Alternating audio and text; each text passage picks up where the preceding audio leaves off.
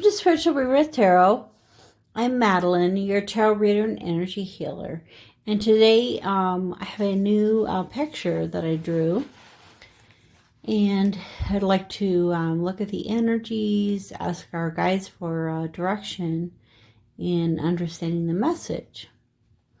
So this time there was definitely more, kind of like water type of animals. You know, a narwhal, a dolphin, like a mollusk, a sea snake, seal, those kind of things. Not sure. This looks to be more like a, I don't know. Anyway, so kind of the main thing, first thing we look at is the colors that are coming out, and this time it kind of has an underline of orange, which is the sacral chakra, creativity and sexuality and passion coming into your life. And so kind of has an underlying basis of that sacral chakra that you're being pulled to. And then we have a lot of greens and blues, the heart and the throat being pulled together. And I think that, so many times, balancing the heart so the things that we say and the things that we feel match and go together.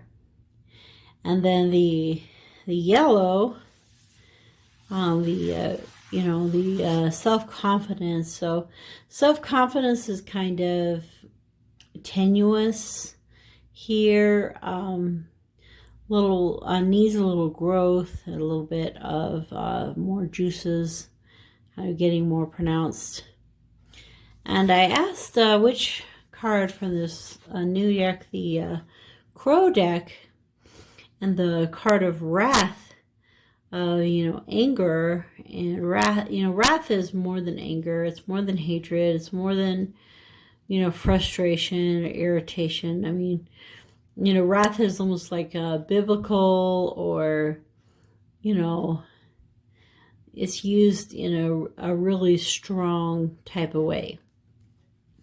So it's kind of like, maybe sometimes in order for us to grow in our, self-confidence and our direction, we have to have come to the point where we're really feeling this righteous anger type of thing.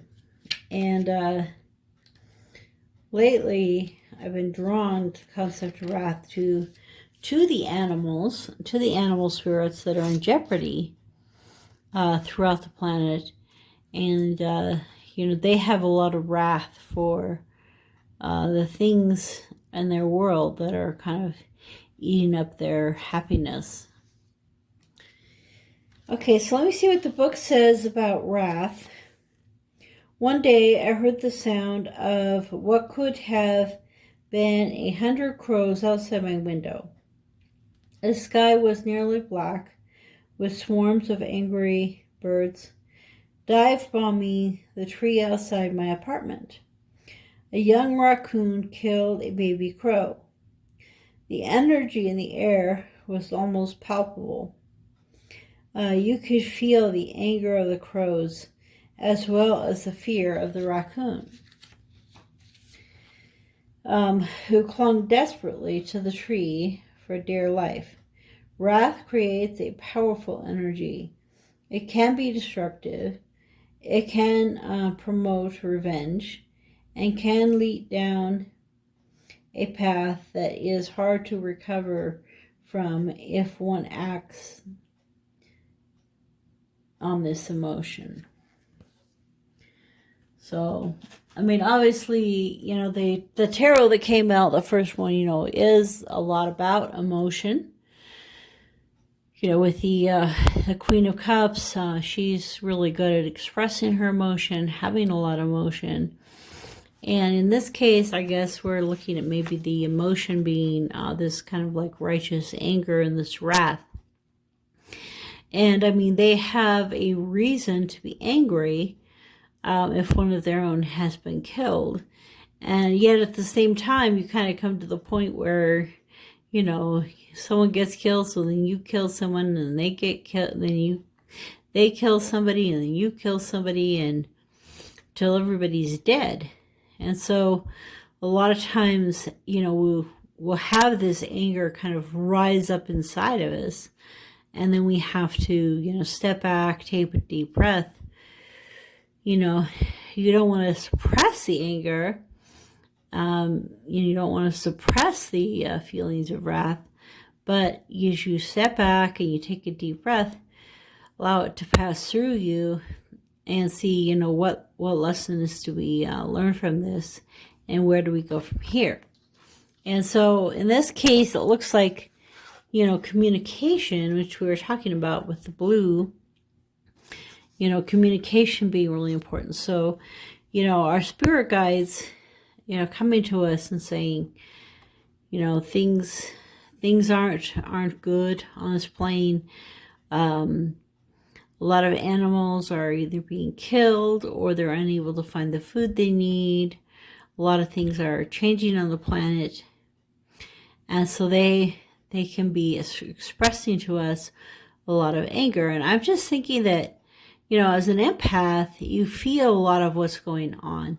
So it could be that, you know, some of the empaths are just feeling the anger of the world, the anger of the planet. They, you know, and then a lot of people are just choosing to be in a state of wrath for long times.